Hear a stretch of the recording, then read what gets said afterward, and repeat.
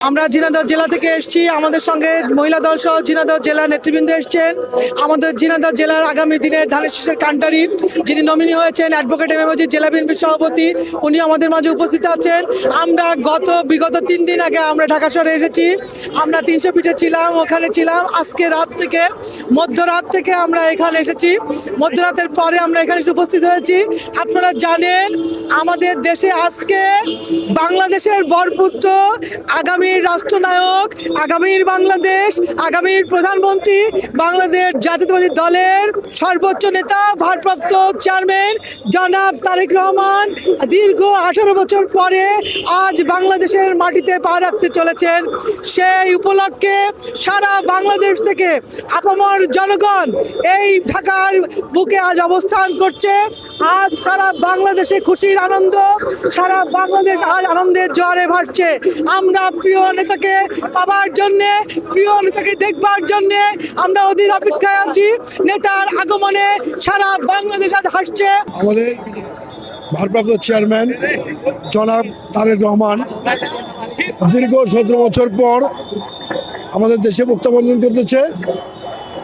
আমরা ভবিষ্যতে বাংলাদেশে স্বাধীনতা, মহান স্বাধীনতা, মুক্তিযুদ্ধ এবং 24-এর গণঅভ্যুত্থানকে, চেতনাকে কাজে লাগিয়ে আগামী নতুন বাংলাদেশ বিনির্মাণে চাঁদাবাজ মুক্ত, সন্ত্রাস মুক্ত, মাদক মুক্ত একটি শক্তিশালী অর্থনীতি এবং বৈষম্যহীন বাংলাদেশ গড়ে তুলবে ইনশাআল্লাহ। আমরা সেই প্রত্যয়ে তারেক রহমানের অপেক্ষা আছি এবং আগামী বাংলাদেশ সুন্দর ও সমৃদ্ধিশালী হবে, গণতন্ত্র মুক্তি হবে, এই প্রত্যাশায় আমরা সামনের পথ চলবো। আমি ভোলা থেকে আসছি। আমার বাড়ি হলো ভোলা লালমোহন।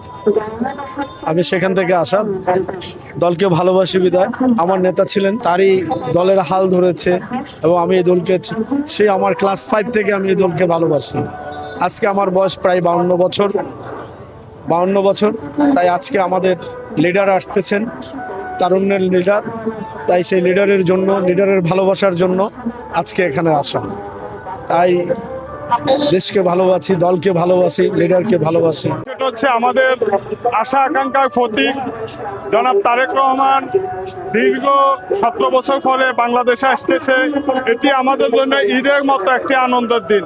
তাই এই দিনকে স্মরণীয় করে রাখার জন্য নতুন একটু ডিজাইনে নিজেকে সাজালাম এবং আমাদের জনাব তারেক রহমানের পিতা মরহুম প্রেসিডেন্ট জিয়া রহমান সাহেব, তিনি মাটি ও মানুষের নেতা ছিলেন।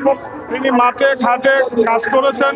তাই সেই মাঠ ঘাটের প্রকৃতির সেই রূপ আমি ধারণ করে আজকে আমাদের নেতা, আগামী প্রজন্মের অহংকার জনাব তারেক রহমানকে বরণ করার জন্য এসেছি।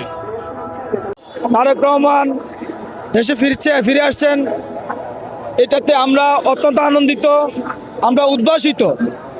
দেশের জনগণ, আপনারা দেখতে পাচ্ছেন, দেশের জনগণ রাস্তায় নেমে এসেছেন তারেক রহমানকে রিসিভ করার জন্য।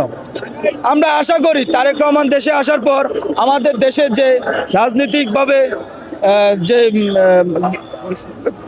পরিস্থিতি চলছে, ভঙ্গুর রাজনীতি, এখান থেকে উত্তরণ হবে এবং আমরা বিশ্বাস করি এই বাংলাদেশের রাজনীতিতে তারেক রহমানের আসার পরে সবচেয়ে বড় অবদান রাখবেন তারেক রহমান এবং বাংলাদেশের রাজনৈতিকভাবে ব্যাপক পরিবর্তন আসবে।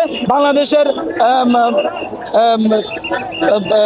জনগণ এবং বাংলাদেশের ঘরে ঘরে তারেক রহমানকে আনন্দের সাথে রিসিভ করবে, এটা আমি আশাবাদ ব্যক্ত করি।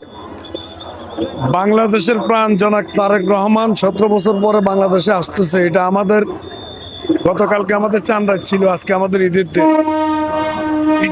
ঈদের দিন বলতে আমরা অনেক আনন্দিত। আমাদের নেতা জনাব তারেক রহমান গতকালকে ঘোষণা দিয়েছে যে আমার দেশটা যদি এমন হইতো যে উনি লন্ডনে বাস করছে, আমার দেশটা যদি লন্ডনের মতো হইতো, উনি ওনার মত প্রকাশ করেছে যে বাংলাদেশের মানুষ আরো পরিচ্ছন্ন পরিবেশে যদি আগামী পথগুলো চলতে পারে।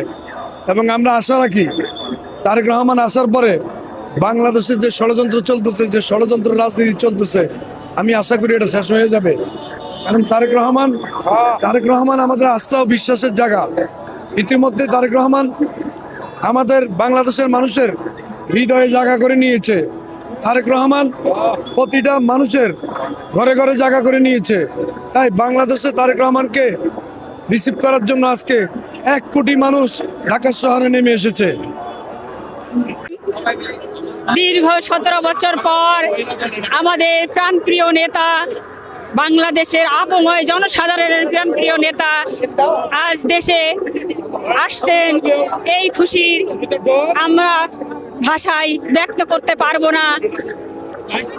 আমাদের প্রিয় নেতা আসছেন, আমরা অত্যন্ত খুশি এবং তিনি Stella featuring next level. Well done, side by side, free.